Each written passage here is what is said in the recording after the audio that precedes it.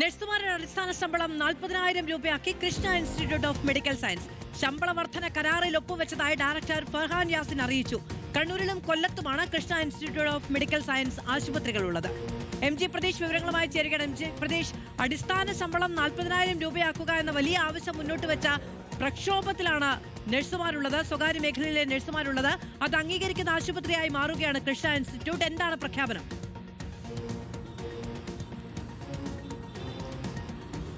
മധു, അടിസ്ഥാന ശമ്പളം 40,000 രൂപയാക്കണമെന്നുള്ള ആവശ്യത്തിൽ നഴ്സുമാർ ഉറച്ചു നിൽക്കുകയാണ്. പക്ഷേ സർക്കാരും മിക്ക മാനേജ്മെന്റുകളും ആ ആവശ്യത്തോട് മുഖം തിരിക്കുകയാണ്. ഈ ഘട്ടത്തിലാണ് Krishna Institute of Medical Science നഴ്സുമാരുടെ അടിസ്ഥാന ശമ്പളം 40,000 രൂപയായി ഉയർത്തിയത്. നേരത്തെ സെക്രട്ടേറിയറ്റിലും മാനവീയം വീഥിയിലും നഴ്സുമാരുടെ പ്രതിഷേധ സംഗമം നടക്കുമ്പോൾ ആ ഘട്ടത്തിൽ Krishna Institute of Medical science അധികൃതർ 40,000 രൂപയായി അടിസ്ഥാന ശമ്പളം ഉയർത്തുമെന്ന് പ്രഖ്യാപിച്ചിരുന്നു. ആ പ്രഖ്യാപനമാണ് ഇപ്പോൾ നിറവേറിയിരിക്കുന്നത്. ഇതുമായി ബന്ധപ്പെട്ടുള്ള കരാറിൽ ഒപ്പുവെച്ചതായി ഇതിന്റെ ബന്ധപ്പെട്ട ഡയറക്ടർ അടക്കം അറിയിച്ചിട്ടുണ്ട്. ഈ നിലവിൽ കരുനാഗപ്പള്ളിയിലും കണ്ണൂരിലുമാണ് ഇവർക്ക് ആശുപത്രികളുള്ളത്. മറ്റ് ആശുപത്രികളും ഇതിന്റെ ചുവട് പിടിച്ച് നഴ്സുമാരുടെ അടിസ്ഥാന ശമ്പളം വർദ്ധിപ്പിക്കണം എന്നുള്ള നിലപാടാണ് കൃഷ്ണ ഇൻസ്റ്റിറ്റ്യൂട്ട് ഓഫ് മെഡിക്കൽ സയൻസിനും ഉള്ളത്.